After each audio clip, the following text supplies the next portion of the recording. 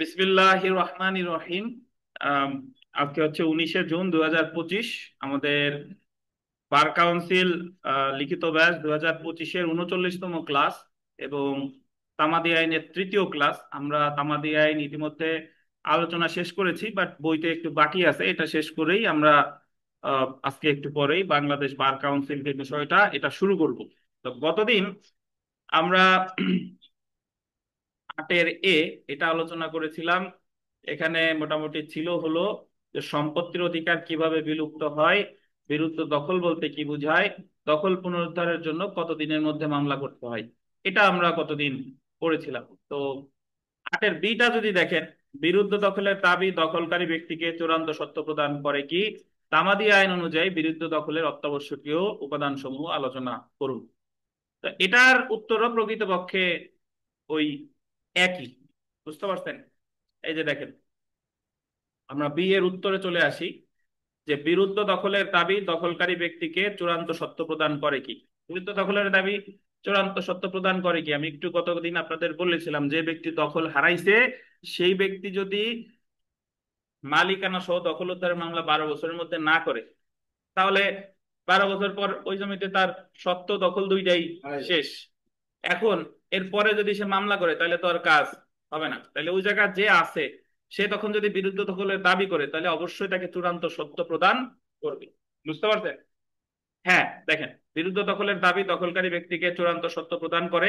তামাদি আইনের 28 ধারা মূলত বিরুদ্ধ দখলের জন্য অধিকার সৃষ্টি করে, কারণ বিরুদ্ধ দখলকারী নিজে প্রকৃত মালিকের বিনা বাধায় নিরবিচ্ছিন্নভাবে 12 বছর উক্ত স্থাবর সম্পত্তি দখল ভোগ করে।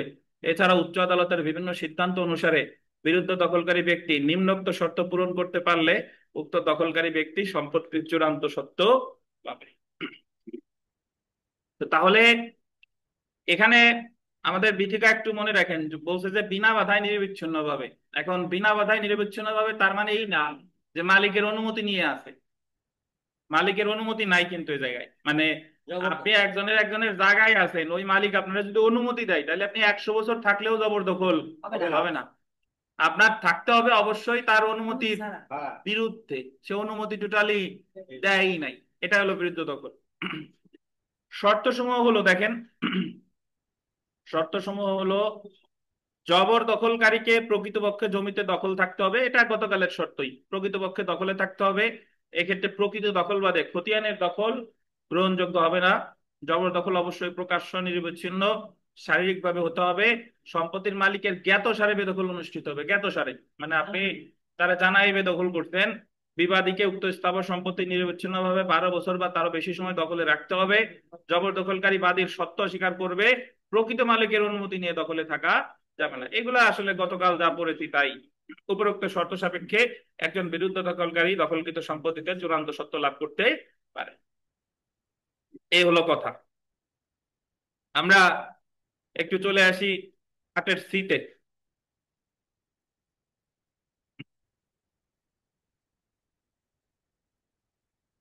হ্যাঁ, হাবিব সাহেব বলেন।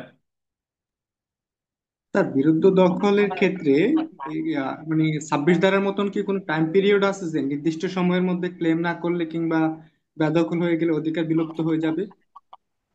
না, উনি মোটামুটি মামলা না করলে যার অধিকার তো বিলুপ্ত হয়ে গেল, এখন যে ওখানে আছে সে মালিক হয়ে গেছে। এখন ভবিষ্যতে আইসা ওনার যদি কেউ উচ্ছেদ করতে চায় তখন উনি মামলা করতে পারবে, অথবা উনি কেউ উচ্ছেদ না করতে চাইলে সে সত্য ঘোষণার মামলা করতে পারবে। এটার ও কোনো বিধান নাই যে 12 বছর শেষ হয়ে যাওয়ার পরে, আমি একটা না 12 বছর থাকার পরে আমার এত দিনের মধ্যে মামলা করতে হবে, এরকম কোনো বিধান নাই। জি স্যার, ক্লিয়ার। তো তাহলে এই প্রশ্নটা এইভাবে আসতে পারে আপনাদের। মেইনলি যে প্রশ্ন, আপনি মনে রাখবেন যে আপনাদের মোট লেখা লাগবে হলো 60টা প্রশ্ন, নাকি? 60টা প্রশ্নের মধ্যে এর ভিতর ক খ অবশ্যই থাকবে, থাকবে অ্যান্ড থাকবে। তো ক খ থাকা আসলে খারাপ না। আপনি এতদিন আপনারা পরীক্ষা দিয়ে এই জিনিস বুঝতে পারছেন যে সমস্যামূলক প্রশ্ন লেখা আরো রচনামূলক এর চেয়ে সহজ। মানে এটা আরো ইজিলি সলভ করা যায়, রচনামূলক আরো মনে করে করে লিখতে হয়। তো এজন্য সমস্যামূলক আপনি প্রতিটার সাথে এক একটা ধরেন পাবেনই। আর বাকি যে অংশটুকু থাকবে এর মধ্যে এই ধরনের প্রশ্ন থাকবে। সিতে দেখেন, সিতে যে ধরনের আসছে যে সময় অতিক্রান্ত শুধু আইনগত প্রতিকারকে বাধাগ্রস্ত করে না, দাবিদারের সত্যকেও বিলোপ করে। আর তার ইংরেজি যদি বলি, limitation bars the remedy and does not destroy the right. সময় অতিক্রান্ত শুধু আহ, আইনগত প্রতিকারকে বাধাগ্রস্ত করে না, বরং দাবিদারের সত্যকেও বিলোপ করে। মানে শুধুমাত্র প্রতিকার পাবো না এটা না, সাথে সাথে ওনার যে সত্য এটাও টোটালি নষ্ট করে ফেলে। আর লিমিটেশন বার্স দ্য রেমেডি, মানে লিমিটেশন প্রতিকারকে বারিত করে, but does not destroy the right, অধিকারকে বারিত করে না। তাহলে এই লাইনটার হুবহু আক্ষরিক অনুবাদ কিন্তু এই লাইনটার না, বুঝে রাখেন। এ জায়গায় দুইটা জিনিসের উত্তর একই। যদি এইভাবে প্রশ্ন আসে যে দুইটা প্রশ্নের উত্তর এক, যদি বলে লিমিটেশন প্রতিকারকেও বারিত করে অধিকারকেও বারিত করে, এটার উত্তরও যা। লিমিটেশন প্রতিকারকে বারিত করে অধিকারকে বারিত করে না, এটার উত্তরও তাই। আবার limitation bars the remedy but does not destroy the right, এটার উত্তরও তাই। বুঝতে পারছেন? মানে প্রতিকার অধিকারের প্রশ্ন আসলেই আপনি লিখে দেবেন কোনটা, এইটা। বুঝতে পারছেন? এখন প্রতিকার অধিকারের যে বারিত হওয়ার যে কথা, এটা আমি একদিন ব্যাখ্যা দিছিলাম। সেম জিনিসটা এখানে আপনার লিখতে হবে। নর্মালি আমরা জানি যে তামাদি আইন কোন মামলার একটা নির্দিষ্ট সময় বেঁধে দেয়, যে মামলাটা এতদিনের মধ্যে করতে হবে, আপিলটা এতদিনের মধ্যে করতে হবে, রিভিশনটা এতদিনের মধ্যে করতে হবে। আপনি মামলা, আপিল বা রিভিশন যদি এতদিনের মধ্যে না করেন, তাহলে আপনার ওই ওই ওই আবেদনটা, ওই দরখাস্তটা, ওই মামলাটা তামাদিদের কি হবে, বারিত হবে। আচ্ছা, এখন বলতেছে যে আপনি তামাদি দ্বারা বারিত হলো, ঠিক আছে, আপনার প্রতিকার বারিত হলো, বাট অ্যাকচুয়ালি আপনার অধিকার কিন্তু আছে। ঠিক আছে, অধিকার আছে কেমনে? ওই যে যদি আপনি অধিকার খাটানোর সুযোগ পান, সব জায়গায় কিন্তু অধিকার খাটানোর সুযোগ পাওয়া যাবে না। বুঝতে পারছেন? অধিকার খাটানোর সুযোগ যদি পাওয়া যায়, কিভাবে পাওয়া যায়? ওই যে উদাহরণ দিয়েছিলাম আমাদের আরিফ সাহেবরে দিয়ে। আরিফ সাহেব ধরেন একটা দোকান থেকে উনি দৈনন্দিন যে জিনিসপত্র আছে এগুলো কেনাকাটা করেন। তো উনি 5,000 টাকার জিনিসপত্র কেনাকাটা করার পরে উনি আর ওই দোকানের কাজ দিয়ে যায় না, এবং দোকানদার আসা ছেড়ে দিছে। দোকানদারের সাথে আরিফ সাহেবের একদিন অন্য জায়গায় দেখা হয়েছিল। আরিফ সাহেবের ভাবভঙ্গি দেখে মনে হয়েছে আরিফ সাহেব এই 5,000 টাকা পরিশোধ করবে না, এবং দোকানদার মাত্র 5,000 টাকা, তো এই 5,000 টাকার জন্য দোকানদার আরিফ সাহেবের বিরুদ্ধে কোনো মামলাও করেনি। এখন সাধারণত মামলা করতে হয়, অর্থ আদায়ের মামলা তামাদি আইনের 57 অনুসারে 3 বছরের মধ্যে। ধরেন দোকানদার 3 বছরের মধ্যে কোনো মামলা করে নাই, তাহলে 3 বছরের মধ্যে যদি মামলা না করে, তাহলে তামাদি উনার দোকানদারের প্রতিকার পাওয়ার পরটারে বারিত করছে। বুঝতে পারছেন? কিন্তু দোকানদারের ওই 5,000 টাকার প্রতিকার না থাকলেও, মানে প্রতিকারের পরটা প্রতিবন্ধকতা তৈরি হলেও অধিকার এখনো ওনার আছে। এখন মজার বিষয় হলো, যদি বলেন যে স্যার প্রতিকারই যদি না পাই, তাহলে অধিকার আমের থেকে লাভ কি? অধিকার থেকে লাভ আছে কেন? যদি আপনি অধিকার প্রয়োগের জায়গাটা পান বা অধিকার প্রয়োগের সুযোগটা পান, কিভাবে?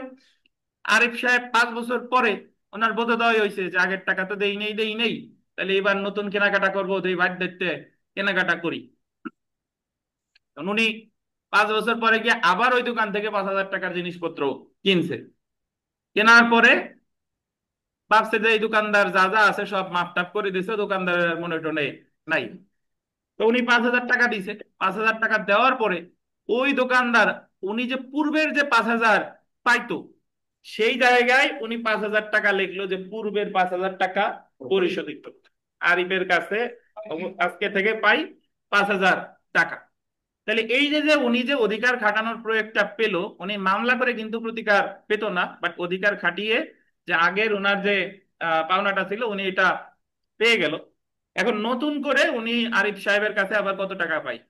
5,000 টাকা পাই। এই কারণে বলছে যে তামাদি প্রতিকারকে বারিত করছে, বাট অধিকারকে বারিত করে না। এখন মজার বিষয় হচ্ছে, এই প্রতিকারকে বারিত করে অধিকারকে বারিত করে না, এই বিষয়টা তামাদি আইনের সকল ধারার ক্ষেত্রে প্রযোজ্য, দুইটা ধারা ছাড়া। একটা হলো সুখাধিকার, আর একটা হলো জবরদখল।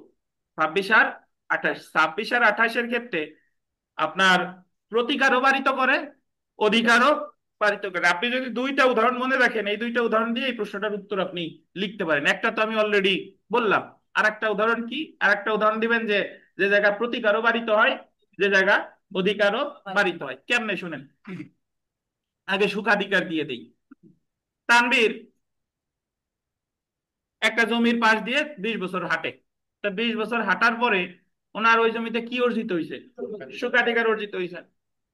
বাড়ির মালিক বলল যে ভাই আপনি অনেকদিন হাঁটছেন, আপনার আর হাঁটতে দিব না। তো বাধা দেওয়ার কয় বছরের মধ্যে মামলা করতে হয়? 2 বছর। তানভীর 2 বছরের মধ্যে কোনো মামলা করে নাই। বুঝতে পারছেন? তো 2 বছরের মধ্যে যখন উনি মামলা না করছে, তখন ওনার ওই 2 বছর পর প্রতিকারও শেষ, অধিকারও শেষ। 2 বছর পরে উনি আবার হাঁটা শুরু করছে। আবার হাঁটা শুরু করে উনি বলতেছে যে, আবার যখন ওই বাড়িওয়ালা বাধা দিছে যে তোমার না বললাম এই জায়গাতে হাঁটতে নিষেধ করতে, তুমি আবার হাঁটতেছো কেন? তানভীর বলতেছে যে আগে হাঁটি নাই, কিন্তু আমার তো মাঝে হাঁটি নাই, বাট আমার 20 বছর তো হাঁটা আছে। বলেন তো কাজ হবে কিনা? না। ওই যে যখন উনি 2 বছরের মধ্যে মামলাটা করে নাই, এই জায়গায় ওনার প্রতিকারও শেষ, অধিকারও শেষ। বুঝছেন? আমি যদি 28 ধারা দিয়ে একটা উদাহরণ দেই, 28 ধারার উদাহরণটা এরকম যে আরিফ সাহেব একটা জমির দখলকার, উনি মালিক, মানিক দে ওনার বাসা। এখন হেলাল গোনাপাড়া থেকে লোক দলবল নিয়ে আরিফ সাহেব রে বেদখল করছে। বেদখল করার পরে আরিফ সাহেব তো ওই জমির সত্ত্বেও আছে, দখল ছিল, বেদখল হইছে। আরিফ সাহেব 12 বছরের মধ্যে কোনো মামলা করে নাই। 12 বছরের একদিন পরে কি হবে বলেন তো? আরিফ সাহেবের ওই জমিতে মামলা করার অধিকার হারাইছে। ওনার প্রতিকারও শেষ, অধিকারও শেষ। এখন অধিকার খাটানোর জায়গা যদি ভবিষ্যতে পায়, তাও কাজ হবে না। কেমনে? 12 বছরের মধ্যে উনি কোনো মামলা করে নাই, তাহলে 12 বছর পর তো 12 বছর ধরে একটানা দখলে ছিল হেলাল, হেলাল মালিক হয়ে গেল। 13 বছরের মাথায় আরিফ সাহেবের পেশি শক্তি বাড়ছে, সরকার পরিবর্তন হয়েছে, আরিফ সাহেব আবার দলবল গিয়ে যে হেলাল রে বেদখল করছে। এখন বলেন তো, হেলাল রে উনি বেদখল করলোই, বাট এখন মালিক কে এই জমির? হেলাল। এখন আরিফ সাহেব কি এই জমিতে আর মালিক আছে কিনা? মালিক নাই, বরং হেলাল আরো উল্টা ওনার বিরুদ্ধে 842 ধারার মামলা করবে। এখন আরিফ সাহেব যদি বলে যে আমার আগে প্রতিকার বাড়িতে হয়েছে, কিন্তু আমি আমার অধিকার ফেরত পাইছি, আর কিন্তু কাজ হবে না। বুঝতে পারছেন? কারণ 12 বছর যখন আপনি মামলা করেন নাই, ওই জায়গায় আমার প্রতিকারও শেষ, ওই জায়গায় আমার কি অধিকারও শেষ।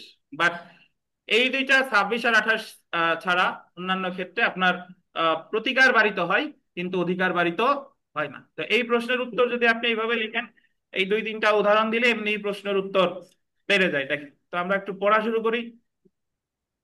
তার আগে আমরা প্রশ্নটা আবার বুঝি। আমরা আপনাদের মেইন যে সমস্যাটা হবে সেটা হলো প্রশ্ন বোঝার সমস্যা। দেখেন, সময় অতিক্রান্ত শুধু আইনগত প্রতিকারকে বাধাগ্রস্ত করে না। আইনগত প্রতিকার মানে কি? প্রতিকার, বরং দাবিদারের সত্যকেও বিলোপ করে।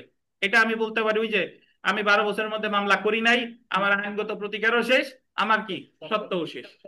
আচ্ছা, limitation bars the remedy. Limitation মানে হলো তামাদি, বার্স দ্য রেমিডি মানে তামাদিকে বাড়িত করে, প্রতিকারকে, সরি, তামাদি প্রতিকারকে বাড়িত করে, but does not destroy the right, কিন্তু অধিকারকে ধ্বংস করে না বা অধিকারকে বিলুপ্ত করে না। তাহলে এই জায়গায় আমার আরিফ সাহেবের ওই 5,000 টাকার বাকি নেওয়ার উদাহরণ আপনার দিতে হবে। আচ্ছা, আমরা একটু পড়া শুরু করি। তামাদি আইন একটি সময়সীমা নির্দিষ্ট করে দেয়, যে সময়ের মধ্যেই মকদ্দমার কার্যপ্রণালী আরম্ভ করতে হবে, যা কোনো অধিকারকে বারিত করে না, তবে আইনি পন্থা অনুসরণ করে প্রতিকার আদায়ের পথে বাধা সৃষ্টি করবে। তামাদি আইন কোনো অধিকারকে বিলুপ্ত বা বিলুপ্ত করার চেষ্টা করে না, বরং তামাদি আইন এই নীতিতে বিশ্বাসী যে দাবিদারকে নির্দিষ্ট সময়ের মধ্যে তার অধিকার বহালের জন্য আদালতে আসতে হবে।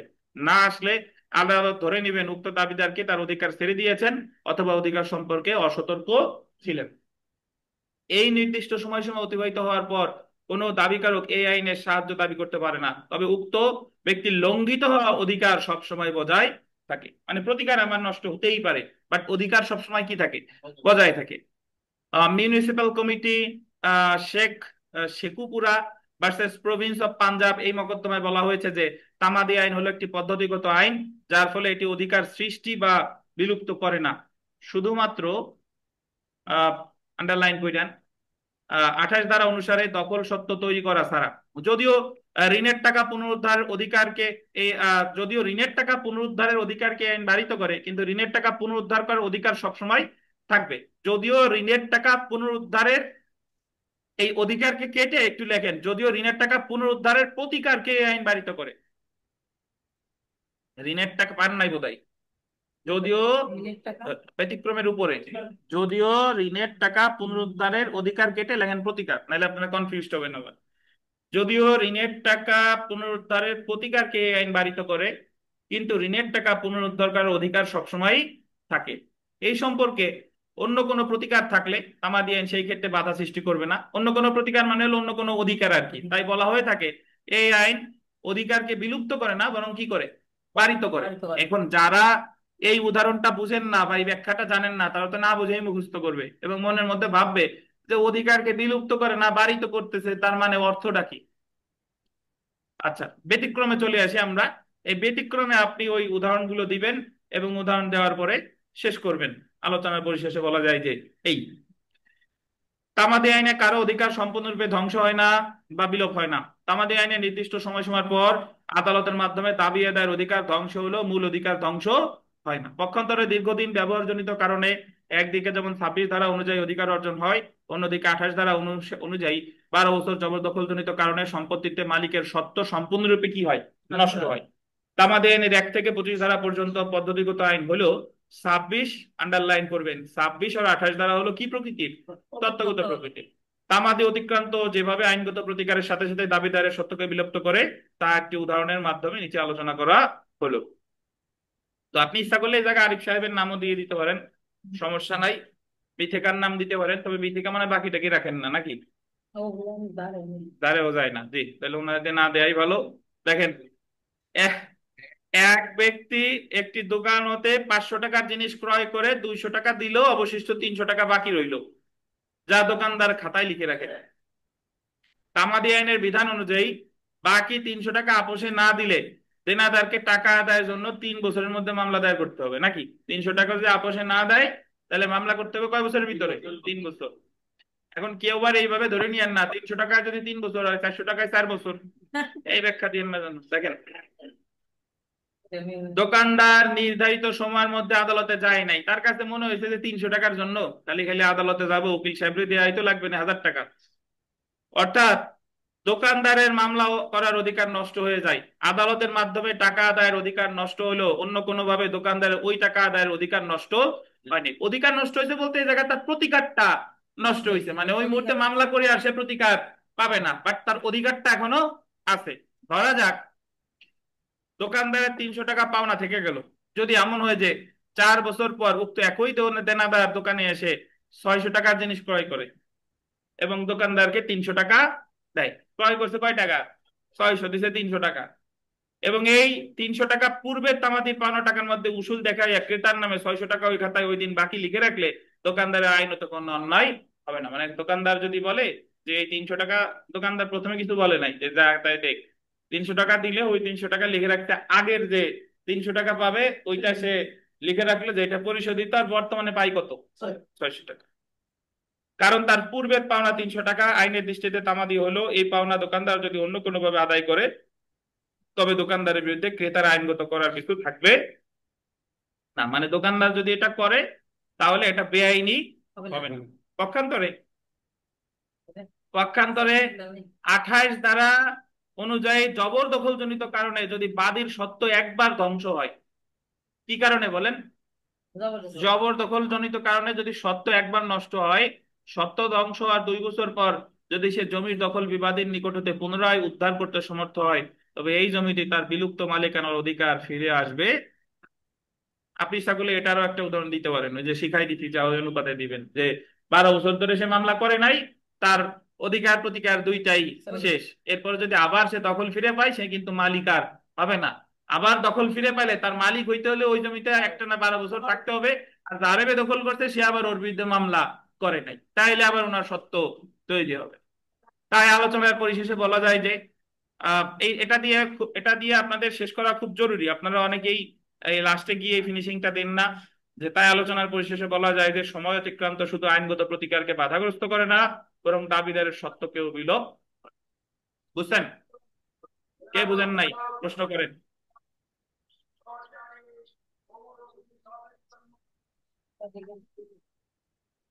সলিমুল্লাহ কেমন আছেন? আমাদের কর করে দিয়েছেন কেন সলিমুল্লাহ?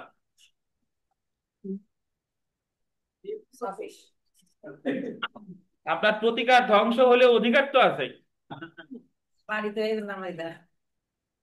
আচ্ছা আচ্ছা, দেখেন এই দেখছেন, আপনি আসবেন আমরা জানি, এই কারণে আপনার এই যে আগের দিনের খাতা কবে জানো দিয়েছিলেন, প্রাগৈতিহাসিক কালে। অনেক। আচ্ছা, আমরা 3 নাম্বার প্রশ্নে চলে আসি। ডি। ডিতে বলছে, আগে প্রশ্নটা পড়ি, যে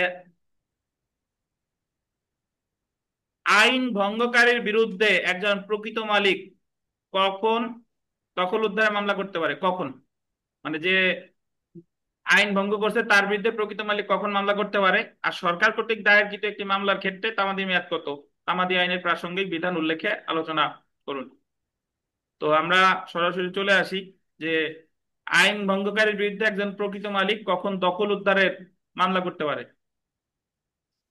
দখল উদ্ধারের মামলা, এখন আপনি যদি প্রকৃত মালিক বলতে, মালিক, তো এটার উত্তর আমরা ইতিমধ্যে পড়ে ফেলেছি।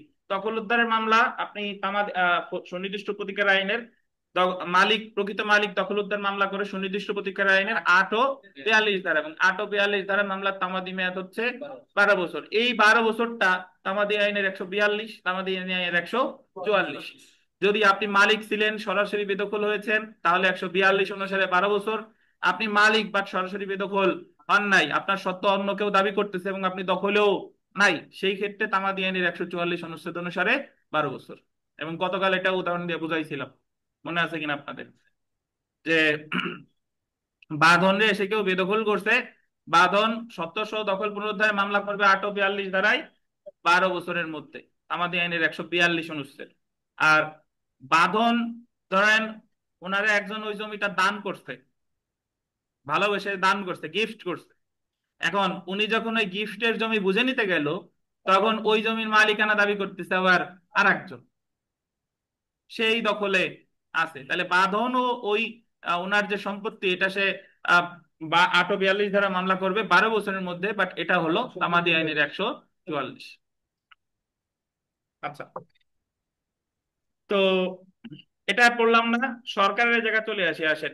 সরকার কর্তৃক দায়েরকৃত একটি মামলার ক্ষেত্রে তামাদির মেয়াদ দেখেন। সরকার কর্তৃক মামলা দায়েরের তামাদি মেয়াদ তামাদি আইনের 149 অনুচ্ছেদ অনুসারে মাত্র 60 বছর। তামাদি আইনের 149 অনুচ্ছেদের বিধান অনুযায়ী সরকারি কোনো সম্পত্তিতে জবরদখল মূল্যে অর্জিত হইতে পারে, মানে আপনি সরকারি সম্পত্তিতেও জবরদখল পেতে পারেন। এই অনুচ্ছেদের বিধান অনুযায়ী কেউ যদি সরকারি কোনো সম্পত্তিতে নিজের অধিকার দাবি করে, আন্ডারলাইন করবেন, 60 বছরের অধিককাল দখল প্রমাণ করতে পারে, তবে তার বিরুদ্ধে বিরুদ্ধ দখলজনিত সত্যের সৃষ্টি হবে। মানে তার দখলে থাকতে হবে কতদিন? 60 বছর। এবং ওই সম্পত্তি উদ্ধারের জন্য সরকার যদি 60 বছরের মধ্যে কোনো মামলা না করে, তবে উক্ত সম্পত্তিতে সরকারের সত্ত্ব বিলুপ্ত হবে। এখন আপনাদের প্রশ্ন হইতে পারে যে স্যার, 60 বছর কি একজন লোকেরই থাকতে হবে? যদি সে 50 বছরে মারা যায় এবং তার ছেলে যদি বাকি 10 বছর থাকে, তাহলে কি জবরদখল হবে কিনা? হবে। আর মেইন বিষয়টা হলো 60 বছরের মধ্যে সরকার মামলা করে নাই, এটা হলো আসল কথা। আর এই 60 বছর ওই জমিটা সরকারের দখলেও ছিল না। আচ্ছা, অর্থাৎ সরকারকে 60 বছরের মধ্যে দখলকারীর বিরুদ্ধে মামলা করতে হবে। দেখেন, আপনারা কিছু কিছু জিনিস জানেন, কিন্তু ওই জিনিসটারে আরো একটু কনফিউশনের মধ্যে ফেলে দিছে পরীক্ষা দেওয়ার সময়। কেমনে আমি বলি, 94 ধারা আপনি ভালোভাবে জানেন, এখন পরীক্ষায় প্রশ্ন আসছে যে ভয় দেখানো হয়েছে ওই ব্যক্তিরা না, ভয় দেখানো হয়েছে তার স্ত্রী সন্তানকে। এখন এই ক্ষেত্রে কি মাথার মধ্যে চিন্তা আসছে যে 94 ধারা কি হবে কিনা? বা স্ত্রী সন্তান না হয়ে যদি একজন পথচারীরে ভয় দেখাতো, বলতো যে পথচারী মেরে ফেলবো, তানবীর তুমি যদি এই কাজ না করো, পথচারী তো তানবীরের কিছু হয় না, তাও 94 ধারা প্রযোজ্য হতো কিনা? আচ্ছা, হতো। কেন হতো আমি ব্যাখ্যা দিই। ধরেন তামাদি থেকে সরাসরি দণ্ডবিধিতে চলে গেলাম। এই জায়গা হলো যে আপনি একটা জিনিস চিন্তা করেন, যে আত্মরক্ষার অধিকার প্রয়োগ করা যায় নিজের দেহ, অন্যের দেহ, নিজের সম্পত্তি, অন্যের সম্পত্তি। এই জায়গা কি আপনারা বলছে যে অন্য ব্যক্তিটা আপনার ভাই হতে হবে, মা হতে হবে, ওয়াইফ হতে হবে, স্বামী হতে হবে? তাই কি বলছে? বলে নাই। অন্য ব্যক্তি যে কেউ হতে পারে। ঠিক একই ভাবে মৃত্যুর ভয় যে শুধু আপনারে দেখাইতে হবে তা না, অন্য যে কাউরে মৃত্যুর ভয় দেখায়, তাৎক্ষণিক মৃত্যুর ভয় দেখায়, সেটা আপনি হইতে পারেন, আপনার পাশের কোনো ব্যক্তি হতে পারে, জাস্ট আপনার ওই ভয়টা দেখায় আপনার ওই কাজটা করতে কি করছে, বাধ্য করছে। ধন্যবাদ। আমরা চলে আসি আহ তামাদি আইনের 142 আর 144 অনুচ্ছেদ ভিবিআই, মনে রাখেন। আহ দুইটাই দখল, বাট আশা করি এতদিনে বুঝতে পেরেছেন যে 142 এবং 144-এর মধ্যে কি পার্থক্য আছে। তো তারপরে একটু পড়ি যে বাদী যদি পূর্বে কোনো মালিক হিসেবে কোনো স্থাবর সম্পত্তি দখল থাকে কিন্তু পরবর্তীতে বেআইনিভাবে দখলচ্যুত হয়েছে, তাহলে বাদী সত্ত্বসহ দখল পুনরুদ্ধারের জন্য 142 অনুচ্ছেদ অনুসারে 12 বছরের মধ্যে মকদ্দমা দায়ের করতে পারবে। অপরদিকে কোনো ব্যক্তি কোনো স্থাবর সম্পত্তির মালিক কিন্তু তিনি উক্ত সম্পত্তির দখলে নেই, এমত অবস্থায় কেউ যদি উক্ত মালিকের সত্ত্ব অস্বীকার করে, তবে উক্ত মালিক যদি সত্ত্বসহ দখল পুনরুদ্ধারের জন্য উক্ত মালিক বাদী সত্ত্বসহ দখল পুনরুদ্ধারের জন্য 144 অনুচ্ছেদ অনুসারে 12 বছরের মধ্যে মকদ্দমা দায়ের করতে পারবেন। আশা করি বুঝতেন। পরেরটা যদি আমরা দেখি, 142 অনুচ্ছেদ অনুসারে বাদীর দখল ও বেদখল প্রমাণ করতে হয়, মানে আপনি দখলে ছিলেন এবং কি হয়েছে বলেন, বেদখল হয়েছেন। অপরদিকে 142 অনুচ্ছেদ অনুসারে দখল ও বেদখল প্রমাণ করতে হয়। অপরদিকে 144 অনুচ্ছেদ অনুসারে বাদীর বেদখল প্রমাণ না করলেও চলে, 144-এ বেদখল প্রমাণ করার প্রয়োজন নাই। 142 অনুচ্ছেদ অনুসারে তামাদি মেয়াদ গণনা করতে হবে বেদখল হওয়ার দিন থেকে। কখন থেকে বলেন, বেদখল হওয়ার দিন থেকে। অপরদিকে 144 অনুচ্ছেদ অনুসারে তামাদি মেয়াদ গণনা করতে হবে সত্ত্ব অস্বীকারের দিন থেকে। তারপরে দেখেন 142 অনুচ্ছেদ স্থাবর সম্পত্তির দখল পুনরুদ্ধারের ক্ষেত্রে প্রযোজ্য। অপরদিকে 144 অনুচ্ছেদ স্থাবর বা অন্য কোনো স্বার্থের দখল উদ্ধারের তামাদি মেয়াদকে নির্দেশ করে। মানে আপনি যদি 144-এর টাইটেল ওখানে গিয়ে খুঁজেন, ওখানে স্থাবর সম্পত্তিও লেখা আছে বা অন্য কোনো স্বার্থ উদ্ধারের। 142 অনুচ্ছেদ হলো তামাদির বিশেষ এবং নির্দিষ্ট বিধান। অপরদিকে 144 অনুচ্ছেদ যেখানে প্রযোজ্য হবে, আহ যেখানে তামাদির কোনো বিশেষ কোনো বিধান নাই। মানে হলো 142 যে জায়গায় প্রযোজ্য হবে সেই জায়গায় 144 লাগবে না, কিন্তু যে জায়গায় কোনো বিশেষ কোনো বিধান নাই সেই জায়গায় প্রযোজ্য হবে কত, 144। এরপরে একটা উদাহরণ দিয়ে দিবেন তাহলে আরো 6টা, ওই যে উদাহরণ দিয়ে দেওয়া হয়ে আছে দেখেন, যে আরিফ, উদাহরণ থেকে আরো ভালো বুঝবেন। আরিফ মালিক হিসেবে একটি বাড়িতে থাকা অবস্থায় ইব্রাহিম তাকে বেদখল করলে আরিফ 142 অনুচ্ছেদ অনুসারে বেদখল আর 12 বছরের মধ্যে সত্ত্বসহ দখল পুনরুদ্ধার মকদ্দমা দায়ের করবে। অপরদিকে আরিফ একটি বাড়ি কেনার পর দেখলো যে ইব্রাহিম ওই বাড়ি থেকে বিরুদ্ধ দখল দাবি করে। এই ক্ষেত্রে আরিফ ইব্রাহিমের বিরুদ্ধে 144 অনুচ্ছেদ অনুসারে সত্ত্ব অস্বীকার করার 12 বছরের মধ্যে সত্ত্বসহ দখল পুনরুদ্ধারের মকদ্দমা দায়ের করবে। তা আপনি বুঝলে আর এগুলো মুখস্থ করা লাগে না, লাগে বিথিকা কি বলেন, লাগে কিনা? বুঝলি কি কি আর লাগে, বুঝলে হ্যাঁ, এই যে ক খ দিতে পারেন, আলিফ পাতা সাথে লিখলেও হবে। আচ্ছা,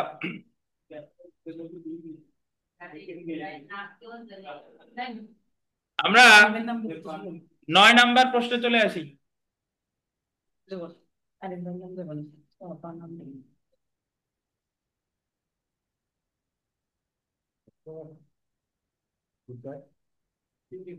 আপনার নাম দেবেন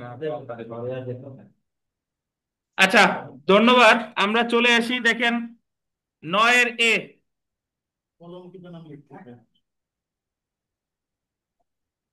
ব্যবহার সত্য বলতে কি বোঝায়, বাতাস পথ বা অন্য কোনো ব্যবহার সত্য কিভাবে অর্জিত হয়। বাতাস, কমা দেন, বাতাসের পর একটা কমা দেন।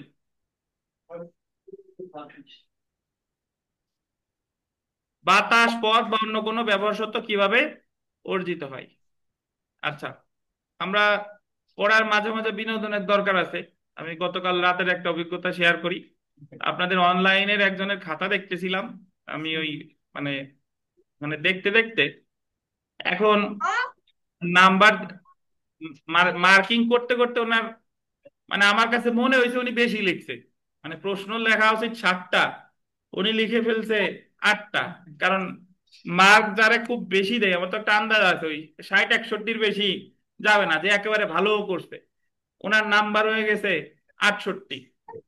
এখন আমারও মেজাজ খারাপ হচ্ছে যে এতক্ষণ ধরে 5-7 মিনিট ধরে দেখে এখন আমার খুঁজে বের করতে হবে যে কোন জায়গায় দুইটা লেখছে। তা আমি বললাম যে ভাই আপনি বেশি লেখছেন কোনটা দেখেন, আমি আর মানে মেজাজ খারাপ হয়েছে, আপনি দেখলাম না, আপনি দেখেন কোন জায়গায় আপনি বেশি লেখছেন। And পরে উনি সকালবেলা বা ওই রাতের বেলা কোনো এক সময় রিপ্লাই করছে যে স্যার, আমিও তো তালে তালে দুইটা একটা বেশি লিখে ফেলছি, এক দাগের এক অংশে দুইটাই লিখছি, তাই তো ভাবি আমার সময় বেশি লাগলো কে।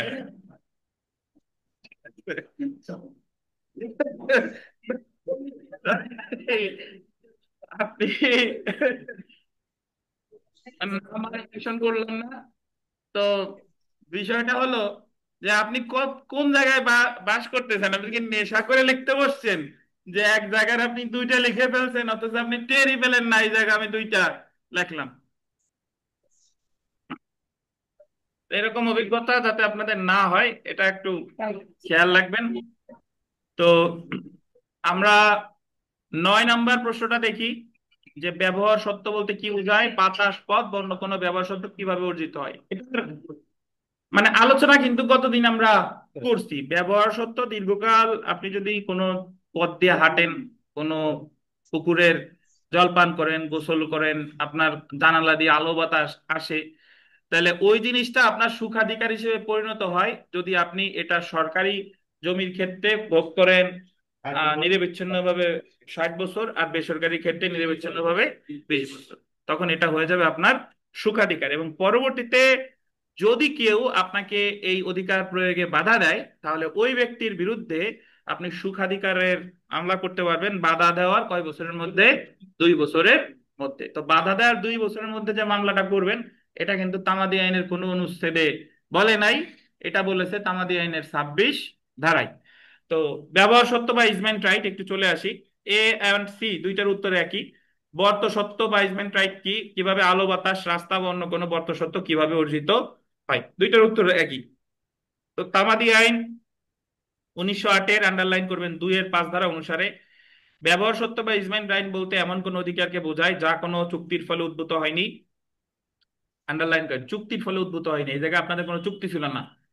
যার দ্বারা কোনো ব্যক্তি অপর কোনো ব্যক্তির সত্ত্বাধীন জমির কোনো অংশ বা তার কোনো ফসল তাতে সংযুক্ত বা বাঞ্ছিত কোনো কিছু নিজের লাভের জন্য অপসারণ ও ব্যবহার করার অধিকার লাভ করে। সুখাধিকার আইন আন্ডারলাইন করবেন, 1882-এর 4 ধারায় বলা আছে সুখাধিকার আলাদা একটা আইনই আছে।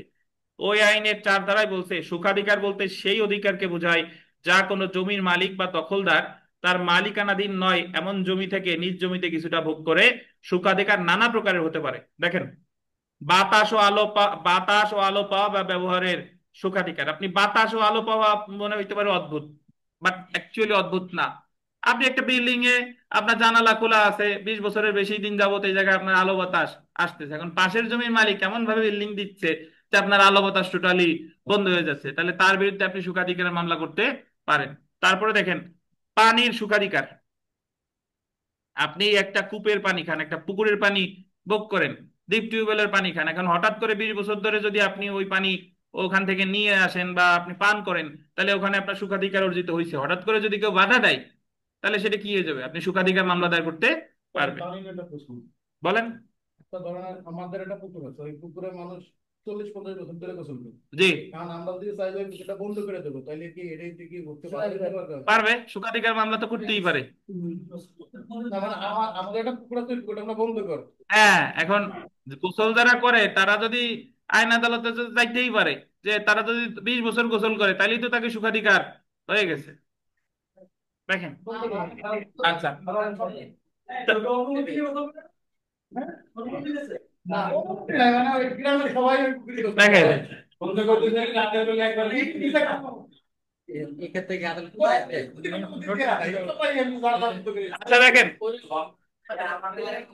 খবরটা কি খাটাইতে হবে নিয়ে এটা আবার কোথায় যাবেন না যে কোন বাড়ির মেয়েরা এসে গোসল করে, আমি এই বাড়ির মেয়েকে 20 বছর গোসল করেন, আমি অধিকার অর্জন করছি সেই বাড়ির মেয়েকে দিও।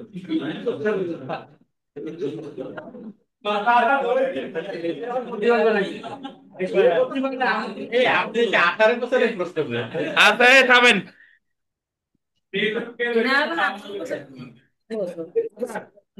রাস্তা ব্যবহারের সুখাধিকার, সহযোগিতামূলক সুখাধিকার, এটা একটু অদ্ভুত লাগতে পারে। সহযোগিতামূলক সুখাধিকার, সহযোগিতামূলক সুখাধিকার মানে হলো আপনি একজন ব্যক্তিরে 20 বছর ধরে সহযোগিতা করেন, 20 বছর পর সহযোগিতা করে বাদ দিয়ে দিচ্ছেন, তাহলে সে আপনার বিরুদ্ধে সুখাধিকারের মামলা করতে পারবে যে কেন আমার সহযোগিতা করবা না। বিয়ে করার জন্য 18 বছর ধরে এই সলিম ভাই, সেলিম ভাই যদি একটা মেয়ের বিয়ে করার জন্য 18 বছর ধরে সহযোগিতা করে, 20 বছর সহযোগিতা করে, এই এই সহযোগিতা তারা যদি অস্বীকার করে, আমি আচ্ছা থামেন। সহযোগিতা সলিম, ঠিক আছে, সহযোগিতা এই থামেন। উদাহরণ দেখেন, করিম সাহেব একটি নির্দিষ্ট সম্পত্তির মালিক। প্রতিবেশী গ্রামে বসবাসকারী মানুষের দীর্ঘদিন ধরে করিম সাহেবের উক্ত জমি দিয়ে হেঁটে যাতায়াত করে। সেক্ষেত্রে করিম সাহেবের জমির উপর গ্রামের মানুষের সুখাধিকারের উদ্ভব হয়। বুঝছেন? এখন এখানে একটা কথা আছে, কথাটা হলো 20 বছরের মধ্যে যদি কোনো সময় আপনি অনুমতি নেন, তো অনুমতি নেওয়ার আগের কয়দিন আবার বাদ হয়ে যাবে। ধরেন বাঁধন একটু আগে বললো যে ওনাদের একটা পুকুর আছে, পুকুরে গ্রামবাসী গোসল করে।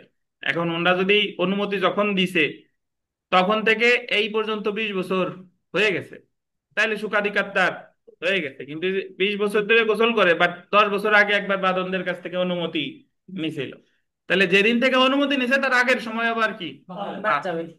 বুঝতে পারছেন? অনুমতি নেওয়ার পরে কতদিন হইতে হবে? 20 বছর। বুঝতে পারছেন? অনুমতি নেওয়ার পরে 20 বছর। ধন্যবাদ। এখন ব্যবহার সত্ত্ব অর্জন যদি আমরা একটু চলে আসি, একই কথা ঘুরাই ফিরাইয়া, এই যে দেখেন সুখাধিকার অর্জন, সুখাধিকার সমূহ অর্জন হবে যদি কোনো দালানে আলো বাতাসের প্রবেশ ও ব্যবহারের সুখাধিকার হিসেবে বা অধিকার হিসেবে অব্যাহতভাবে 20 বছর যাবৎ শান্তিপূর্ণভাবে ভোগ করে। 20 বছর কিসের ক্ষেত্রে? 20 বছর হলো বেসরকারি। যে ক্ষেত্রে কোনো পথ বা জলস্রোত বা কোনো পানির ব্যবহার বা যে কোনো সুখাধিকার ইতিবাচক, আন্ডারলাইন করে এটা, ইতিবাচক নেতিবাচক যাই হোক না কেন, কোনো ব্যক্তি সুখাধিকার বা অধিকার হিসেবে তাদের সত্য দাবি করে অব্যাহতভাবে 20 বছর যাবৎ শান্তিপূর্ণভাবে বা প্রকাশ্যে ভোগ করেছে। নেতিবাচক সুখাধিকার মনে আছে কালকে বলছিলাম যে ধরেন আপনি আপনার জমির উপর দিয়ে 20 বছর ধরে হাঁটতে দেন নাই, তাহলে ওই জায়গায় আপনার নেতিবাচক সুখাধিকার অর্জিত হয়েছে। হঠাৎ করে একজন হাঁটা শুরু করছে, তাহলে তার বিরুদ্ধে আবার আপনি সুখাধিকারের মামলা করতে পারবেন। যে বাঁধন সাহেবদের পুকুরে একটানা 20 বছর কেউ গোসল করে না, কারণ হঠাৎ করে কিছুদিন যাবত গোসল করা শুরু হয়েছে, তাহলে উনি তাদের বিরুদ্ধে নেগেটিভ সুখাধিকারের মামলা দায়ের করতে পারে। দেখেন যে দেখেন সেক্ষেত্রে উনার আবার ওই গোসল করা 2 বছরের মধ্যে মামলা করতে হবে। দেখেন সেক্ষেত্রে অনুরূপ আলো বাতাস প্রবেশ ও ব্যবহার, পথ জলস্রোত পানির ব্যবহার অথবা অন্য কোনো সুখাধিকার নিরঙ্কুশ বা অলঙ্ঘনীয় অধিকারে পরিণত হবে। আন্ডারলাইন করেন, উচ্চ আদালতের সিদ্ধান্ত অনুযায়ী শুধুমাত্র চলার পথ ব্যবহারকারী দীর্ঘদিন যাবৎ উক্ত পথ ব্যবহার করেছে বলে সুখাধিকার সৃষ্টি হয় না। এর জন্য উক্ত ব্যবহারকারীকে শান্তিপূর্ণভাবে বাধাহীন নির্বিঘ্নে নিরবিচ্ছিন্নভাবে অধিকার ভোগ দখল করতে হবে। এখন আমরা চলে আসি সুখাধিকার অর্জনের নির্ধারিত মেয়াদ। দ্য লিমিটেশন অ্যাক্ট 1908 এর 26 ধারার বক্তব্য অনুযায়ী ইজমেন্ট রাইট বা সুখাধিকার অর্জনের মেয়াদ হচ্ছে ব্যক্তিগত সম্পত্তির ক্ষেত্রে 20 বছর, সরকারি সম্পত্তির ক্ষেত্রে 60 বছর। এখানে উল্লেখ্য যে এখানে 20 বছর বলতে মামলা দায়েরের পূর্ববর্তী 2 বছরের মধ্যে শেষ হওয়া 20 বছরকে বোঝাবে। অ্যাকচুয়ালি বিষয়টা হচ্ছে আপনি এইভাবে বুঝেন, 20 বছর হোক আর বা 60 বছর হোক, আপনারা যখন বাধা দিবে, বাধা দেওয়ার পর থেকে মামলা দায়েরের তামাদি মেয়াদ গণনা শুরু হবে, এবং বাধা দেওয়ার কয়দিনের মধ্যে মামলাটা করতে হবে? 2 বছরের মধ্যে মামলাটা করতে হবে। তো বইয়ের ভাষা পড়লে অনেক সময় কনফিউজড হয়ে যাবেন, বিষয়টা বোধহয় এইভাবে যে 20 বছর ধরে হাঁটলেই তারপর এই মনে হয় আমার মামলাটা করতে হবে, বাধা টাধা দেওয়ার দরকার নাই। বিষয়টা কিন্তু তা না। 20 বছর পর হাঁটতেছেন, 22 বছর হয়েছে, 30 বছর হয়েছে, সমস্যা নাই, যখন বাধা দিবে, বাধা দেওয়ার পরেই আপনার মামলাটা করতে হবে। মামলা করার নির্ধারিত তামাদি মেয়াদ, ইজমেন্ট অধিকার অর্জনের পরবর্তী 2 বছরের মধ্যে ইজমেন্টের মামলা করতে হবে। আচ্ছা, অর্থাৎ সুখাধিকার প্রয়োগের ক্ষেত্রে আন্ডারলাইন করেন, বাধা প্রাপ্ত হওয়ার 2 বছরের মধ্যে মামলাটা করতে হবে। যখন আপনার বাধা দিছে যে তুমি আর এই জায়গায় হাঁটতে পারবা না, বা তুমি এই কূপের পানি আর খাইতে পারবে না। তবে যদি কোনো ব্যক্তি সুখাধিকার প্রয়োগের ক্ষেত্রে আন্ডারলাইন করবেন বাধাপ্রাপ্ত হওয়ার পর 1 বছর যাবত উক্ত অধিকার মেনে নেয়, তাহলে সুখাধিকার বিনষ্ট হয়ে যায়। এটা হলো আপনাদের নতুন তথ্য, কোনো বইতে টইতে নাই, বাট বেয়ার অ্যাক্টে আছে। বিষয়টা হলো এরকম, বেয়ার অ্যাক্টের ভাষাটাও অনেক পেঁচানো, যে আপনি যদি আপনারে সুখাধিকার আপনার অর্জিত হয়েছে, এখন বাধা দেওয়ার পরে আপনি 1 বছর মেনে নিছেন, মানে বলতেছে "এই তুমি হাঁটবা না", ওই 1 বছর যাবত আপনি হাঁটেনি নাই, তাইলে আবার সুখাধিকার কি হয়ে যাবে? নষ্ট হয়ে যাবে। কিন্তু যদি বাধা দিছে, কিন্তু আপনি হাঁটা অব্যাহত রাখছেন, বাধা দিচ্ছে সমস্যা নাই আমি হাঁটতেছি, তাহলে আমার মামলা করতে হবে কতদিনের মধ্যে? 2 বছরের মধ্যে। কিন্তু বা রাগ হয়ে যদি বাধা মেনে নেন, যে আমি হাঁটবো না। যে ও বলছে আর হাঁটবোই না, তাহলে 1 বছরের পর সুখাধিকার কি হয়ে যাবে? নষ্ট হয়ে যাবে। এই হলো কথা। তো 1 বছর না বুঝলে সমস্যা নাই, 2 বছরটা মাথায় রেখেন, মামলা করতে হবে কয় বছরের মধ্যে? 2 বছর দুই আধা বছর পাতা দিলেও হাঁটতে একটু। আচ্ছা, এখন আমরা অমল বিমলের কাছে চলে আসি। দেখেন, গতকাল যা পড়ছিলাম যে সুখাধিকার গণনের সময় কোন কোন সময় বাদ দিতে হবে। আমি একটু দেখি বিথিকার কি মনে আছে, এক রাত তো হয়ে গেছে। বিথিকা বলেন দেখি মনে আছে কিনা। বিথিকা না পারলে আমরা অনলাইনে মিন্টু শেখের কাছে যাব, 27 ধারায় কি আছে। অমল বিমল তার মনে আছে বিথিকা? আছে স্যার, ওই 2 টাকা কি 2 টাকা বলেন? মানে ঋণ নিছে হ্যাঁ দুজনে মিলে হ্যাঁ। একসাথে, 2 ভাই। এখন পরবর্তীতে 2 ভাই একসাথে ঋণ নেবার 2 ভাই ওই সুদের টাকা একসঙ্গে দেয়। তাহলে বলে যান, আপনি বলে যান। তাহলে আর আহ, মানে তামা দিতে বাধ্য হবে না। আর যদি এক ভাই রাগ করে আরেক ভাইয়ের সাথে মানে বাদাবাদি করে যে মনে করে যে আমার এই জায়গায় সুখাধিকারটা কোথায়?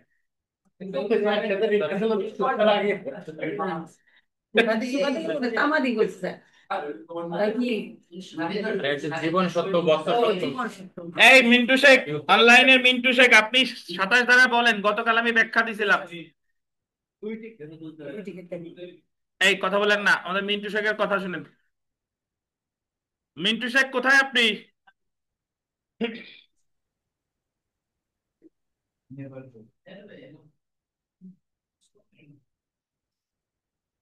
মিন্টু শেখ কথা বলেন। এমনি সময় আপনি আনমিউটই করেন না, আর এখন কথা বলতেছেন না। তো মিন্টু সাহেব, শুনতে পাচ্ছি। হ্যালো বলেন। শুনতে পাচ্ছি, স্যার। বলেন। জি স্যার, 2 ভাই স্যার। এক ভাই বিবাহ করছে, তার হলো ছেলে মেয়ে হয় না। এখন ওই ভাই মরে যাওয়ার পরে তার যেটা ওয়াইফ আছে স্যার। এখন ওই ওয়াইফের যেহেতু হিন্দু আইনে যদি ছেলে মেয়ে না থাকে তাহলে ওই স্ত্রীতে জীবন সত্য পায় স্যার। জি।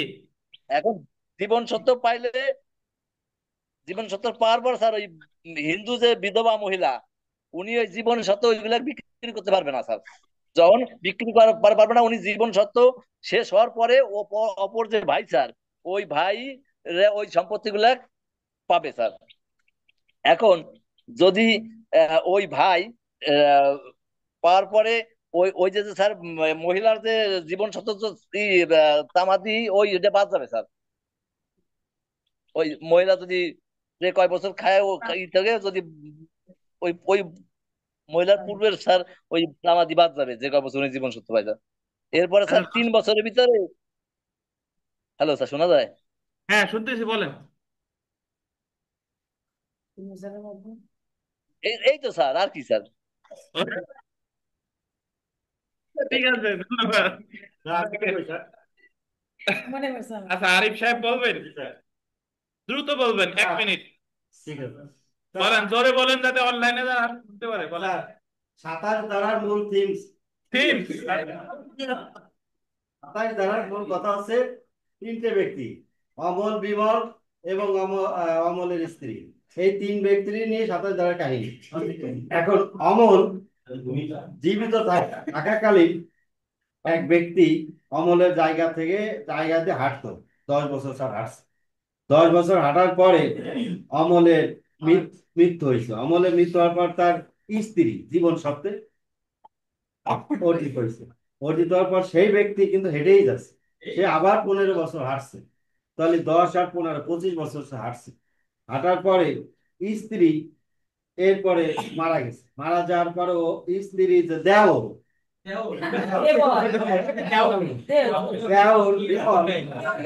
অমলের ভাই বিমল, সে প্রকৃত মালিক হয়েছে। প্রকৃত মালিক হওয়ার পরে এখন সে 1 বছর হাঁটার পরে ওরে বাধা দিচ্ছে যে তুমি আমার ভাই আর ভাইয়ের বোর অনেক হাঁটা হাঁটছো, হাঁটবে না, এখন এখন ক্ষান্ত। এরপরে ও করছে কি, আমি তো হাঁটছি, এরপরে ও বাধা পেয়ে ও মামলা করতে গেছে। মামলা করার পরে তখন কোর্টে দুই পক্ষ ডাকছে, ডাকার পরে এখন কোর্টে যে ওই ভাই অমল বলতেছে, স্যার আমার বিমল, হ্যাঁ বিমল বলতে, স্যার আমি বাধা দিছি, আমার বাধা 27 ধারা ভরি দেন স্যার। ওই 27 ধারার মধ্যে আছে ওর একটা না 20 বছর হতে হবে, কিন্তু আমার ভাইয়ের আসছে 10 বছর, আমার বৌদির আসছে 15 বছর, ওই একটা তো হয় নেই, অতএব আমি 27 ধারা সুবিধা পাবো স্যার, হ্যাঁ আমি 27 ধারা সুবিধা পাবো। এখন সেই বাদ দেবে এরপরে বলেন বলেন। জি স্যার, এরপরে এই এরপরে স্যার ওই 3 বছর একটা কথা আছে, 3 বছরের মধ্যে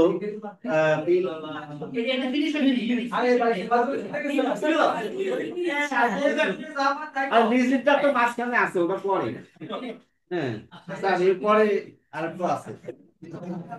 আচ্ছা, এর আগে একটা ইংরেজি টার্ম আছে গতকাল বলছিলাম, সেটাই মনে করেন যে একটু।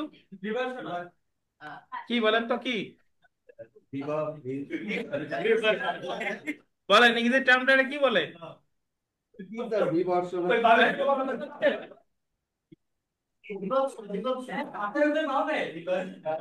রিভার্সনের মানে কি আরিফ সাহেব? ভাবি উত্তর দেখেন। জি, দেখেন হ্যাঁ, দেখেন 27 ধারায় বলা আছে যে ব্যবহারজনিত অধিকারের সহিত সংশ্লিষ্ট সম্পত্তির দখলকার যদি, এই যে গোল্ডেন জীবন সত্ত্বে, জীবন সত্ত্বে শব্দটা গোল্ডেন, জীবন সত্ত্বে, বা এখানে এই যে দেখেন বোল্ড করা আছে মানে মোটা হরফে লেখা, অথবা 3 বছরের অধিককালের ইজারা সত্ত্বে দখলকার হয়, তবে 26 ধারা অনুযায়ী মেয়াদ গণনার সময় জীবন সত্ত্বাধিকারী অথবা ইজারা সত্ত্বের অধিকারী যতদিন দখলকার ছিলেন সেই সময় বাদ যাবে, এবং সম্পূর্ণ সত্ত্বের মালিক সংশ্লিষ্ট জমির দখল নেওয়ার পর বলতেন 3 বছরের মধ্যে ব্যবহারজনিত অধিকারে বাধা প্রদান করলে তার বিরুদ্ধে ব্যবহারজনিত অধিকারের কোনো দাবি খাটবে। মানে বিষয়টা হলো এই জায়গা ওই সুখাধিকারের 20 বছর বা 60 বছর হিসাবের ক্ষেত্রে ওই সুখাধিকার আহ প্রয়োগকালীন সময়ে যদি ওই সম্পত্তিটার মালিক কোনো ব্যক্তি থাকে যে ছিল মালিক জীবন সত্ত্বে, ওই মেয়াদটা 20 বছর বা 60 বছর থেকে বাদ যাবে, অথবা জীবন সত্ত্বে থাক বা না থাক যদি লিজ দেওয়া হয় ওই সম্পত্তিটা, লিজের মেয়াদ কত 3 বছরের বেশি, তাহলে ওই সময়টা বাদ যাবে। এখন জীবন সত্ত্বে শেষ হওয়ার পরে পরবর্তীতে যে মালিক হবে, যে রিভার্সনার হবু উত্তরাধিকারী যখন প্রকৃত মালিক হবে, বা লিজের সম্পত্তি যখন প্রকৃত মালিকের কাছে ফেরত আসবে, তখন ওই প্রকৃত মালিককে সুখাধিকার প্রয়োগকারীকে বাধা দিতে হবে কয় বছরের মধ্যে? 3 বছরের মধ্যে। কত বছর? 3 বছর। তাহলেই প্রকৃত মালিক 27 ধারার সুবিধা পাবে। আর উনি যদি 3 বছরের মধ্যে বাধা না দিয়ে, উনি যদি দেখা গেল যে 3 বছরের একদিন পরে বাধা দেয়, তাহলে কিন্তু উনি 27 ধারার সুবিধা পাবে না। উদাহরণে চলে এসে আমরা, যে ধরা যাক বিমল তার প্রতিবেশী অমলের বহির্বাটির চিহ্নিত একাংশ তার বাড়ি হতে বাইরে যাওয়ার পথ হিসেবে ব্যবহার করিয়া আসতেছে। বিমল আসতেছে, ঠিক আছে, অমল মারা গেছে। আচ্ছা, তার বিধবা স্ত্রী জীবন সত্ত্বে অমলের বাড়িতে এবং অন্যান্য সম্পত্তিতে দখলকার। অমল যেহেতু মারা গেছে, তখন তার একটা বিধবা স্ত্রী আছে, বিধবা স্ত্রী হলো অমলের সকল সম্পত্তির অধিকারী। অমলের ভাবী উত্তরাধিকারী তাহার ভ্রাতা শ্যামল, মানে অমল মারা যাওয়ার পর তার সম্পত্তির মালিক হচ্ছে তার ওয়াইফ, বাট ওয়াইফ যখন মারা যাবে তাহলে মালিক হবে কে? তার ভ্রাতা শ্যামল। এই অবস্থায় বিধবার মৃত্যুর পর বিমল এবং শ্যামলের মধ্যে এই পথ নিয়ে বিরোধ উপস্থিত হলো। মানে শ্যামল বলতেছে যে বিমল তোমার আর হাঁটতে দিব না। দেখা গেল বিমল একাধিক্রমে 25 বছর যাবত এই পথ ব্যবহার করে আসতেছে, মানে দেখা গেল বিমল হাঁটতেছে কত বছর? 25 বছর। তন্মধ্যে 15 বছর বিধবা জীবন সত্ত্বে অধিকারিণী ছিলেন, যার মধ্যে 25 বছরের মধ্যে 15 বছর ওই জমির জীবন সত্ত্বে মালিক ছিল বিধবা। এবং বিধবার মৃত্যুর সময় শ্যামল মৃত্যুর পর শ্যামল সম্পূর্ণ মালিক হইয়া 3 বছরের মধ্যে বিমলের পথাধিকারে বাধা দিছে। অবস্থাধীনে জীবন সত্ত্বের সময়কাল 15 বছর সময় গণনা হতে কি যাবে? বাদ যাবে। বিমলের পক্ষে অবশিষ্ট মাত্র 10 বছর থাকবে। বিধবার মৃত্যুর পর শ্যামল জমিতে দখল নিয়া 3 বছরের মধ্যে বিমলের পদাধিকারে বাধা দিতে, মানে পরবর্তীতে যে মালিক হইছে শ্যামল, সে আবার বাধা দিছে কয়দিনের মধ্যে? 3 বছর। অতএব বিমলের পথের দাবি আইনত অগ্রাহ্য হইবে। পথের দাবি মানে যে হাটে তার অধিকারটা কি হবে? অগ্রাহ্য হবে। তো তো আশা করি অনলাইন অফলাইনে যারা এই মুহূর্তে আমাদের ক্লাস করছেন আপনারা 27 ধারার বিষয়টা বুঝতে পারছেন। আর কিছু কিছু সমস্যামূলক প্রশ্ন আছে, এই প্রশ্নগুলা যদি এসে যায় তাহলে আপনারা মনে রাখবেন এই তামাদিয়ানের 27 ধারা খুব ভালোভাবে বোঝানো হয়েছে। একটা সমস্যামূলক প্রশ্ন ছিল সুনির্দিষ্ট প্রতিকার আইনের 31 ধারায় দলিল সংশোধন, যে সরল বিশ্বাসে তৃতীয় পক্ষের অধিকারকে ক্ষুণ্ণ করে দলিল সংশোধনের আদেশ দেওয়া যাবে না। ওই যে একজন এক খণ্ড জমি কিনছে, কিনলে সে ওই এক খণ্ডের সাথে বাকি 2 খণ্ড লিখে নিয়ে গেছে, মনে আছে কিনা আপনাদের? তো তার মধ্যে এক খণ্ড মূল্যের বিনিময় ছাড়া একজনের দান করছে, তার সালারে দান করছে শ্যালককে, এক খণ্ড আবার আরেকজনের কাছে বিক্রি করছে। এখন যে তার কাছে বিক্রি করছে সে তো আর জানে না যে এই কাহিনী সে ঘটাইছে। তো পরবর্তীতে যার জমি সে যখন জানতে পারলো যে আমি বিক্রি করছি এক খণ্ড, বাট ও তো নিয়ে গেছে 3 খণ্ড, তাহলে সে যখন দলিল সংশোধনের মামলা করছে তখন ওই শ্যালকের ওই খণ্ড আদালত ফেরত আনার নির্দেশ দিতে পারবে, বাট যে তৃতীয় পক্ষ যে সরল বিশ্বাসে কিনছে তারটা কিন্তু ফেরত আনার আদেশ দিবে না, সেই ক্ষেত্রে দিবে ক্ষতিপূরণের নির্দেশ। সুনির্দিষ্ট প্রতিকার আইনের কত ধারায় বলেছে? 31 ধারা।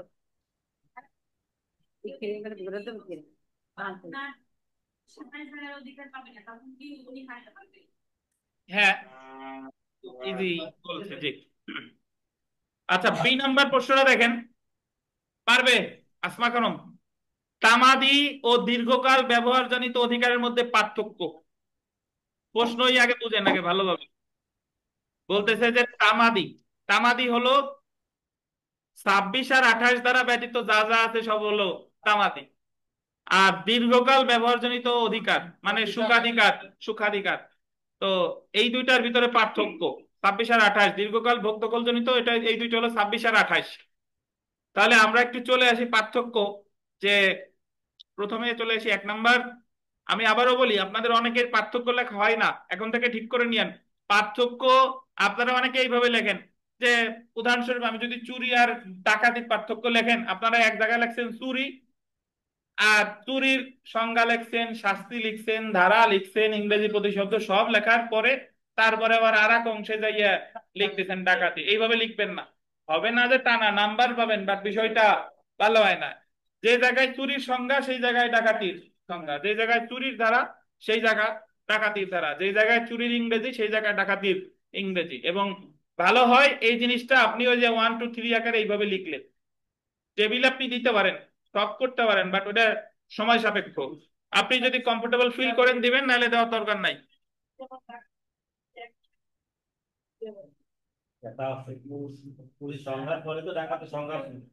এই করি দেখেন, মামলা দায়ের করা নির্দিষ্ট সময়সীমাকে তামাদি তামাদি বলে, যা উত্তীর্ণ হয়ে গেলে আর মামলা করা যায় না।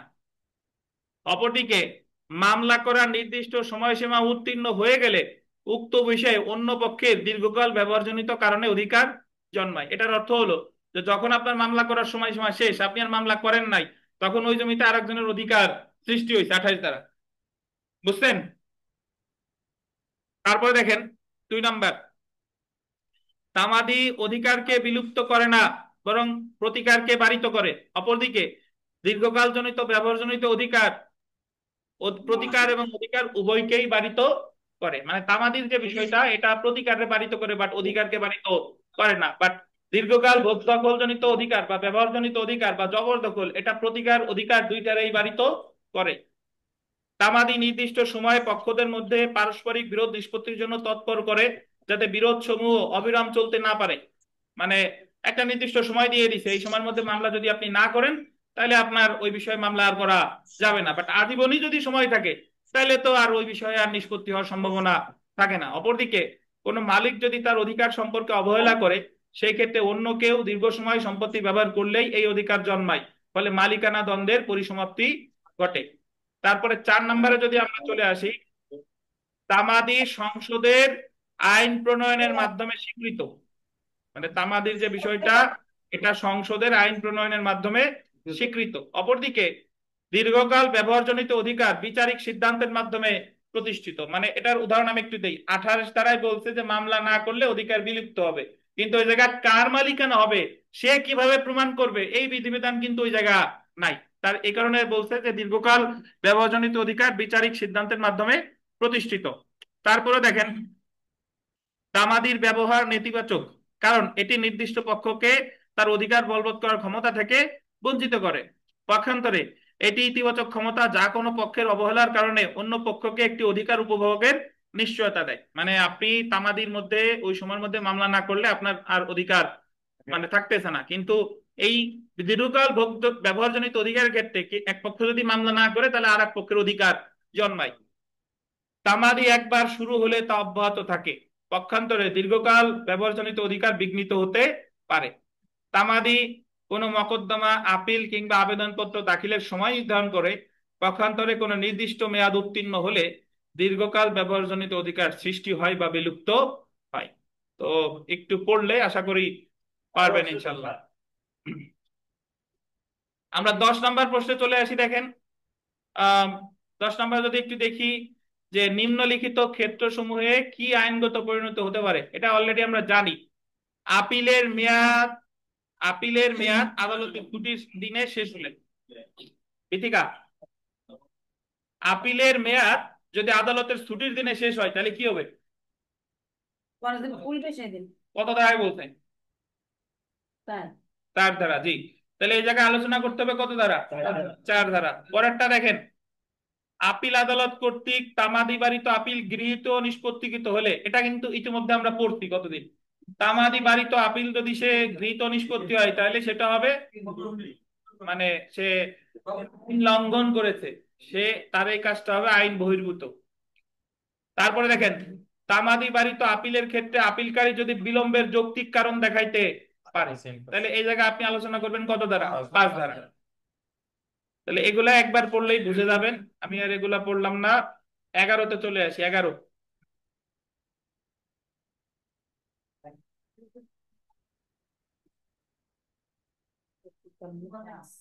আপনাদের কোনো একটা ধারা, এই যে আমরা তামাদি আইন পেনাল কোড থেকে শুরু করে এই পর্যন্ত আসছি, সরি ফৌজদারি থেকে শুরু করে এই পর্যন্ত আসছি, বা দেওয়ানি সুনির্দিষ্ট, কোন জায়গায় কিন্তু আপনার বলি নাই না বোঝাই যে এইটুকু আপনার মুখস্থ করতে হবে। বলছি যে জায়গা বোঝাবুঝির কিছু নাই, মুখস্থ করতে হবে, এরকম কোনো কিছু কিন্তু আমি আজ পর্যন্ত আপনাদের বলি নাই। তো তামাদি আইন আরো মজা, আপনি যদি বুঝতে পারেন তামাদি আইনের যে কোনো অংশ থেকে উত্তর করা যায়। আচ্ছা, আমরা প্রথমটা যদি পড়ি যে নিম্নলিখিত বিষয়ে আইনগত কার্যধারা রুজু করার জন্য তামাদি গণনার বিধানাবলী আলোচনা করুন। আন্ডারলাইন করবেন। প্রতারণার অভিযোগ থাকলে কত ধারা আসবে? 18 ধারা। তানবীর বলেন তো 18 ধারায় কি বলছে, না দেখে বলেন। তানবীর 18 ধারায় কি আছে? গতকাল পড়ছি, মনে আছে কিনা? হ্যাঁ, ব্যাখ্যা একটা উদাহরণ দেন দ্রুত, জোরে কথা বলেন। আমি তো জোরে বলতেছি, অনেক জোরে, আপনিও জোরে কথা বলেন। আবার দেখেন, বলেন 18 ধারায় কি আছে?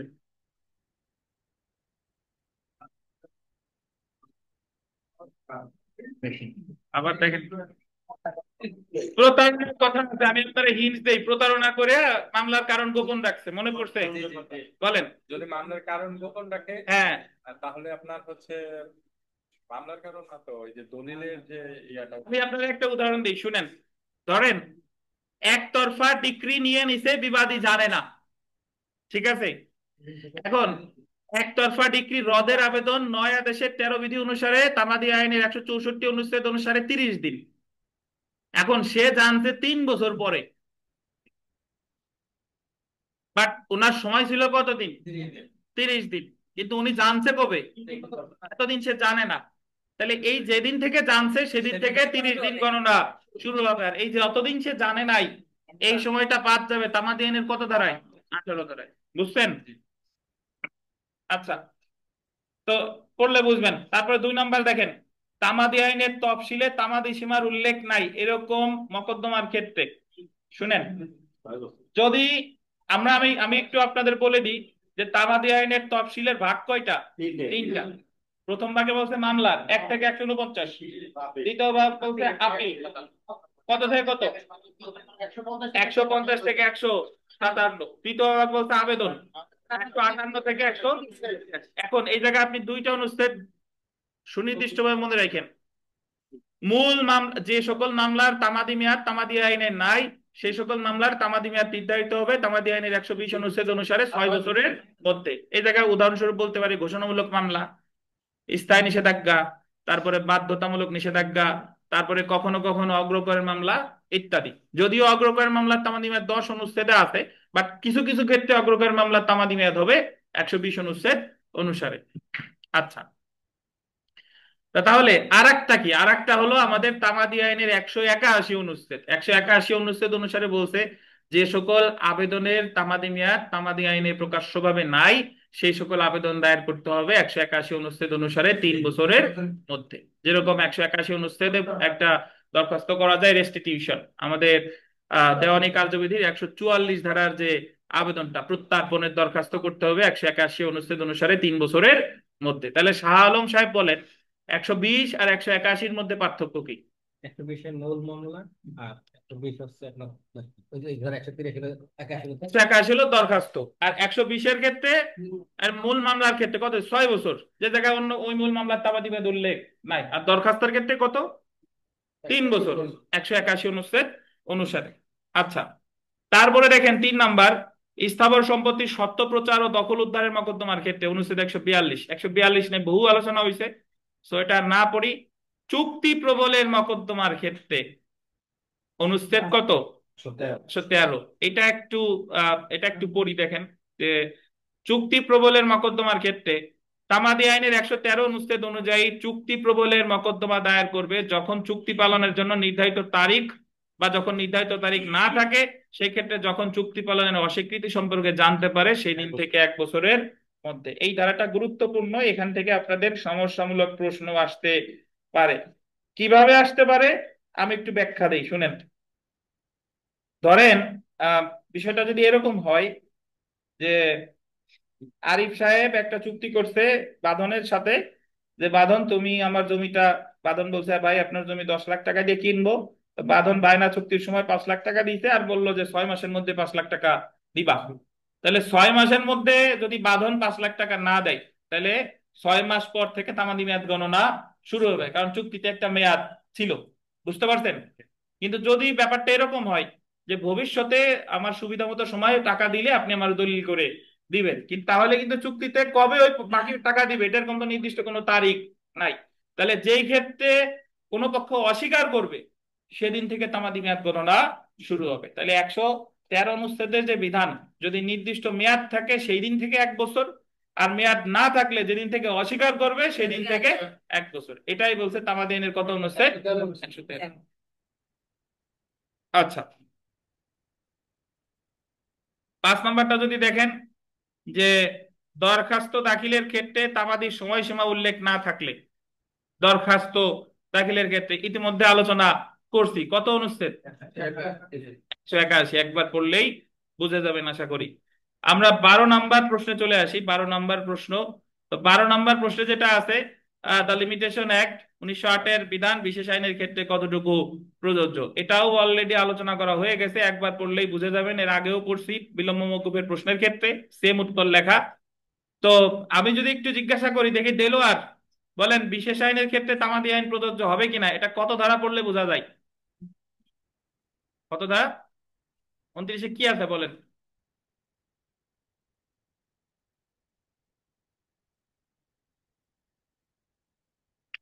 বলবেন যে তামাদি আইন যেহেতু একটা পদ্ধতিগত আইন, কিছুটা একটা ওখানে আছে, এবং যা আছে মানসম্পন্ন কিছুই আছে, এবং এটা আমাদের মানা বাধ্যতামূলক।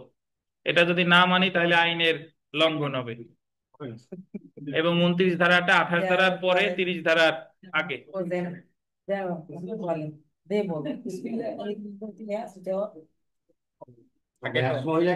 আপনি পরীক্ষার খাতায় এভাবেই লিখবেন যখন আপনি উত্তর পাচ্ছেন না, বুঝতে পারছেন? এই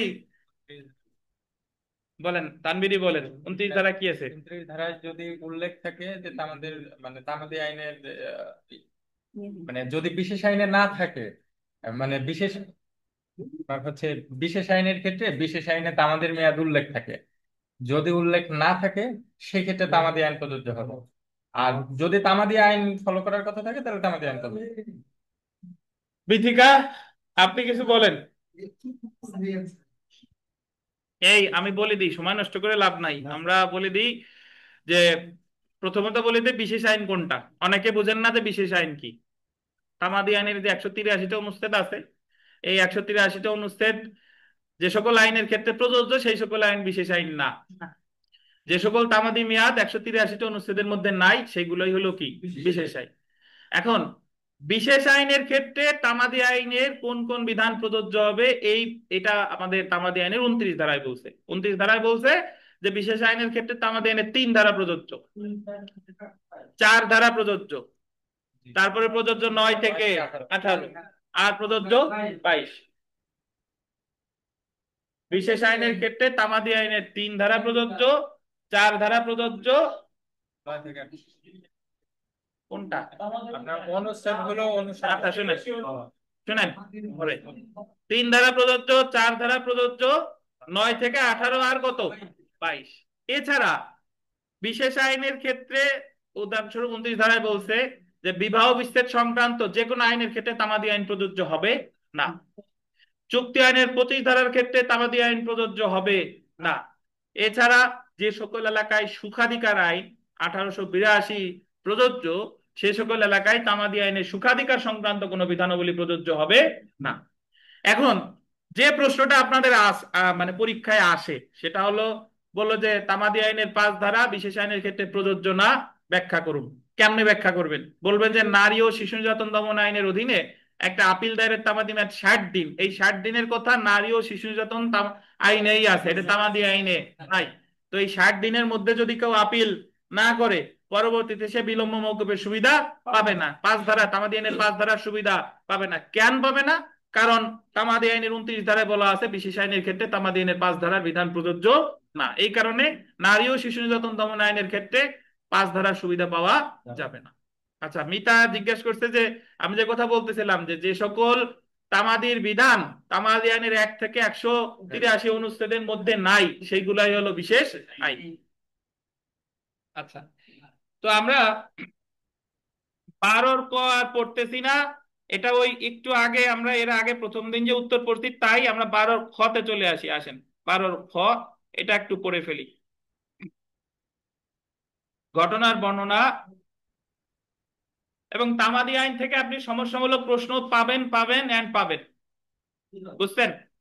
তো আপনার চোখ কান খোলা রেখে সলভ করতে হবে। কোন সেকশনে আসছে? সেকশনে আসলো আর কি, এটা আগে খেয়াল রেখে। আচ্ছা, আমরা তামাদি আইন শেষ করে একটু বিরতিতে যাবো। দেখেন, এক্স অয়ের নিকটে একটি স্থাবর সম্পত্তি বিক্রয়ের জন্য, এটা একটু মনোযোগ দিয়ে পড়ি আমরা। দেখেন, এক্স অয়ের নিকটে একটি স্থাবর সম্পত্তি বিক্রয়ের জন্য 1/1/2021 তারিখে নিবন্ধিত বায়না চুক্তি করে। মানে তারা যে বায়না চুক্তিটা করছে এটা নিবন্ধিত 1/1/2021। চুক্তিনামায় হস্তান্তর দলিল নিবন্ধনের কোনো সময় উল্লেখ করা হয় নাই। ওয়াই 1/9/2021 তারিখে চুক্তিনামায় উল্লেখিত অবশিষ্ট অর্থ গ্রহণে এক্স কে বিক্রয় দলিল নিবন্ধনের জন্য অনুরোধ করেন। বলছে যে এত তারিখে আইসা অনুরোধ করছে যে আপনি বিক্রয় দলিলটা নিবন্ধন করে দেন। নিবন্ধন বলতে ওই জায়গায় বোঝানো হচ্ছে যে মানে চুক্তিটা বাস্তবায়ন মানে বায়না চুক্তির সাথে সাথে বায়না চুক্তির পরে তো মূল দলিল করে, এটা হলো চুক্তির বাস্তবায়ন। তো চুক্তি করছিল 1/1 এবং এই চুক্তিনামায় কোনো বলে নাই যে অমুক তারিখে চুক্তিটা বাস্তবায়ন করা হবে, কোনো ডেট নাই। সো ওয়াই এসে অনুরোধ করছে সেপ্টেম্বর মাসের 1 তারিখে। এক্স বিক্রয় দলিল নিবন্ধনে নানা অজুহাতে বিলম্ব করতে থাকে। এক্স বলতেছে যে আজ দিব কাল দিব, ঘুরাইতেছে আর কি। এবং অবশেষে 1/1/2022 তারিখে বিক্রয় দলিল নিবন্ধনে অস্বীকৃতি জানান। পুরোপুরি কত বছর পরে? 1 বছর পরে। 1 বছর পরে পরে এসে বললো যে ভাই তোমার কাছে আমি জমি বিক্রি করব না। ওয়াই বায়না চুক্তি বলবতের জন্য 1/10/2022 তারিখে, মানে অস্বীকার করছে কবে? 1/1/2022। তাহলে মামলা করার কারণ উদ্ভব হবে কবে থেকে? 1/2022। কারণ যেহেতু দলিল নিবন্ধনের মানে চুক্তি বাস্তবায়নের জন্য ওই চুক্তিতে কোনো ডেট ছিল না, তাহলে যেদিন থেকে অস্বীকার করছে সেদিন থেকে তামাদি মেয়াদ গণনা শুরু হবে। ওই চুক্তি বলবতের মামলা করছে 1/10/2022 তারিখে। মকদ্দমা দায়ের করেন। মকদ্দমা তামাদি বাড়িত কি প্রাসঙ্গিক আইনের উল্লেখে উত্তর দিন। বলেন তো বাড়িতে হবে কিনা? বাড়িতে হবে না, কারণ সে মামলা করছে কত দিনের মধ্যে? বছরের মধ্যে। তামাদি আইনের একটু আগেই যে অনুচ্ছেদটা পড়াইলাম, কত অনুচ্ছেদ? 113। বুঝেন নাই কেউ আছেন? বিস্তারিত পড়তে যাব না, বুঝছেন আপনারা এটা? যদি চুক্তিতে বিধান থাকতো যে এত সময়ের মধ্যে না দিলে একটা মেয়াদ থাকতো, তাহলে ওই সময় থেকে 1 বছর। কিন্তু এই চুক্তিতে তো চুক্তি বাস্তবায়নের কোনো বিধান নাই, তাহলে যেদিন থেকে অস্বীকার করবে সেদিন থেকে 1 বছর। তাহলে আমার এই জায়গায় আপনি তামাদি আইনের 3 ধারা আলোচনা করবেন, তামাদি আইনের 113 অনুচ্ছেদ আলোচনা করবেন। আচ্ছা, আমরা একটু বিবিধতে চলে আসি। নরমালি আমাদের পড়া শেষ তামাদি আইন, বাট এখানে বিবিধ মানে মিসেলিনিয়াস, যেটা আপনি একটু জানলে ভালো হবে, একটু জেনে রাখি যে তামাদি আইনের বিধান অনুযায়ী কারা অক্ষম বা অপরগ ব্যক্তির প্রতিনিধি হিসেবে গণ্য হবে। ধরেন এই প্রশ্নটা এসে গেল যে তামাদি আইনের বিধান অনুযায়ী কারা অক্ষম বা অপরগ ব্যক্তির প্রতিনিধি হিসেবে গণ্য হবে। অনেকে 6 ধারা লিখবেন, কারণ অক্ষম ব্যক্তি বলছে। তো আসলে এটা 6 ধারা না, এই জায়গা যেটা বলছে দ্য লিমিটেশন অ্যাক্ট 1908 এর 21 ধারায় অক্ষম বা অপরগ ব্যক্তির প্রতিনিধি বা তাদের পক্ষে যথাযথ ক্ষমতাপ্রাপ্ত প্রতিনিধিদের সম্পর্কে বলা হয়েছে। 21 ধারা মনে আছে? ওই যে 2 বা ততোধিক ব্যক্তি মাসুদ মহাজনের কাছ থেকে লোন নিছিল। তো উক্ত ধারা অনুযায়ী নিম্নলিখিত ব্যক্তিগণ অক্ষম বা অপরাধ ব্যক্তির প্রতিনিধি হিসেবে বিবেচিত হবে। অক্ষম বা অপরাধ ব্যক্তির আন্ডারলাইন করবেন আইনত অভিভাবক, আইনত কে? অভিভাবক, তারপরে কমিটি ম্যানেজার এবং উপযুক্ত ব্যক্তি কর্তৃক স্বীকৃতিতে স্বাক্ষর করার বা অর্থ প্রদান করার জন্য ক্ষমতাপ্রাপ্ত কোনো প্রতিনিধি। তাহলে আপনার মনে রাখতে হবে আইনগত অভিভাবক, কমিটি ম্যানেজার, উপযুক্ত ব্যক্তি কর্তৃক স্বীকৃতিতে স্বাক্ষর করার বা অর্থ প্রদান করার যথাযথ ক্ষমতাপ্রাপ্ত প্রতিনিধি। এখন আমরা চলে আসি তামাদি আইনের অধীন যে 5 ধারার বিলম্ব মওকুফের দরখাস্ত যদি চলে আসে তাহলে আমরা কিভাবে লিখবো। বিলম্ব মওকুফের দরখাস্ত লেখা খুব সোজা। দেখেন, মোকাম বিজ্ঞ সহকারী জজ আদালত এই, সূত্র দেওয়ানি মামলা নাম্বার এই। এখন আপনি এটা তো জানেন যে বিলম্ব মওকুফের দরখাস্ত আপিলের সাথে দেওয়া যায়, রিভিশনের সাথে দেওয়া যায়, তারপরে ওই যে মামলা খারিজ রদের আবেদনের ক্ষেত্রে দেওয়া যায়, একতরফা ডিক্রি রদের আবেদনের ক্ষেত্রে দেওয়া যায়। মোট কথা মূল মামলা ছাড়া ওই 5টা বিষয়, আপিল, আপিলের অনুমতি, রায়, রিভিউ, রিভিশন বা অন্যান্য দরখাস্ত। তাহলে মোহাম্মদ বোরহানউদ্দিন পিতা জসিমউদ্দিন, চকবাজার, চট্টগ্রাম। অনেকে এই পিতা ডট ডট দিয়েছেন, ডট ডট আমরা দিব না, এই জায়গা জসিমউদ্দিন মন না চাইলে অন্য একটা নাম দিয়ে দিবেন, বাট এত বিস্তারিত ঠিকানা দেওয়ার দরকার নাই, সংক্ষেপে দিয়ে দেবেন। ইনি হচ্ছে বাদী। জি, হ্যাঁ, শুধু বোরহানউদ্দিন বাদী দিলেও হবে। বাদী বনাম শহীদুল আলম, পিতা বদিউল আলম, চকবাজার, চট্টগ্রাম। এনারা হচ্ছেন কি? বিবাদী। এখন ভাই কিছু কিছু জিনিস আছে যে এই জিনিসগুলা আপনি তো হুবহু ইচ্ছা করলেও কোর্টের মতো হবে না। এখন কোর্টে যেরকম দরখাস্তটা করে উপরে যে সিগনেচার করে উকিল সাহেব করে সিল সাপোর্ট দেয়, এরকম উপরে আবার সিগনেচার করেন না, বা উকিল সিগনেচারের জায়গা দেন না। দেখা গেলো আপনারা ওই কোর্ট ফি নিয়ে গেছেন পরীক্ষা দিতে, যে মোসাবেদা যেহেতু লিখবো 2টি লাগাই দিয়েছি 10 টাকার। দেখেন আছে, এরকম পাগলও আছে। দেখেন, শহীদুল আলম, বদিউল আলম, চকবাজার, চট্টগ্রাম, বিবাদী। বিষয় দেখেন, তামাদি আইনের 5 ধারা মোতাবেক বিলম্ব মওকুফের আবেদন। এখন আমরা একটু যদি পড়া শুরু করি যে দরখাস্তকারী পক্ষে বিনীত নিবেদন, এই যে যদিও এই জায়গা কে দরখাস্তকারী তা কিন্তু লেখা হয় নাই, নাকি শনাক্ত করা যাচ্ছে না। আচ্ছা, একটু পড়ি আগে।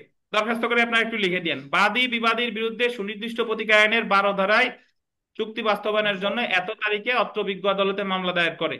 বাদী অত্যন্ত সতর্কতার সাথে মকদ্দমাটি পরিচালনা করে আসছে, পূর্বে মকদ্দমার জন্য নির্ধারিত সকল দিনে উপস্থিত থেকে আসছে। মানে বাদী, বুঝতেন তো? বাদীর পাশে একটু দরখাস্তকারী লিখে দিয়েন।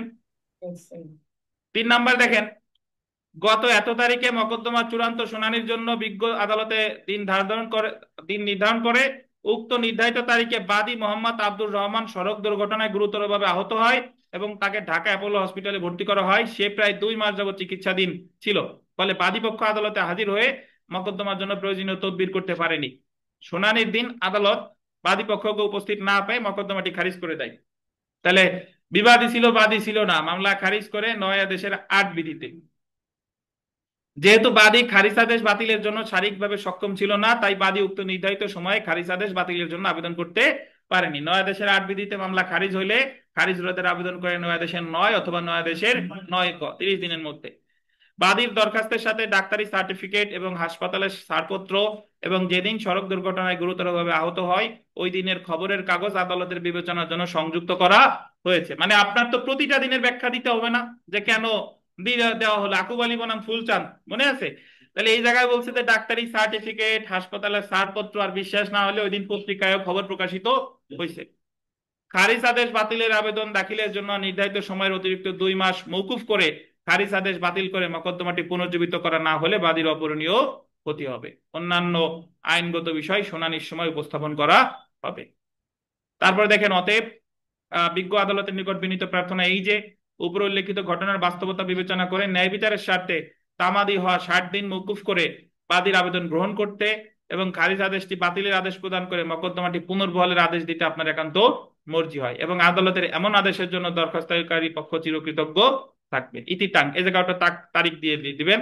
হলফনামা তো মোটামুটি আপনারা যা জানেন তাই।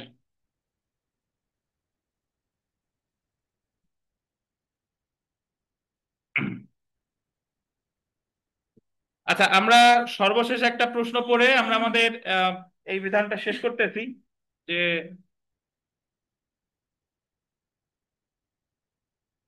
এনআই অ্যাক্টের একটি মামলা আইনজীবীর ভুল পরামর্শের কারণে এখতিয়ারবিহীন আদালতে দায়ের করা হয়।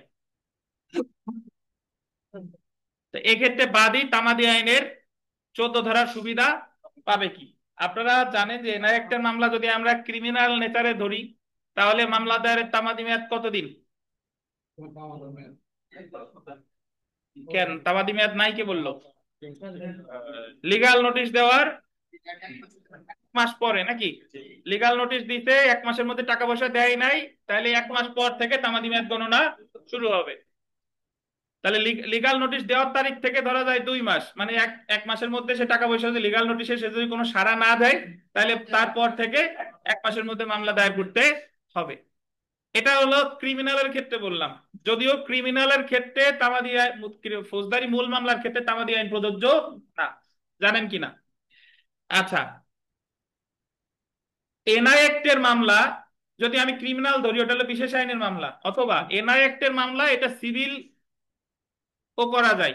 আপনারা দেখবেন 37 আদেশ, দেখবেন 37 আদেশ আমরা প্রিলিতে করি নাই, সংক্ষিপ্ত পদ্ধতিতে বিচার আছে, ওই জায়গায় এনআই অ্যাক্টের মামলা করা যায়। এখন সিভিল হোক ক্রিমিনাল হোক বিষয়টা আমরা একটু বুঝি। এই জায়গায় বলছে যে এখতিয়ারবিহীন আদালতে মামলা দায়ের করছে, এখানে আপনি 14 ধারার সুবিধা পাবেন কিনা? যদি খোলা চোখে বলি, বলেন তো 14 ধারার সুবিধা পাবে কিনা? পাবে, কারণ আমরা জানি বিশেষ আইনের ক্ষেত্রে তামাদি আইনের 5 ধারা প্রযোজ্য না, বা 14 ধারা তো প্রযোজ্য।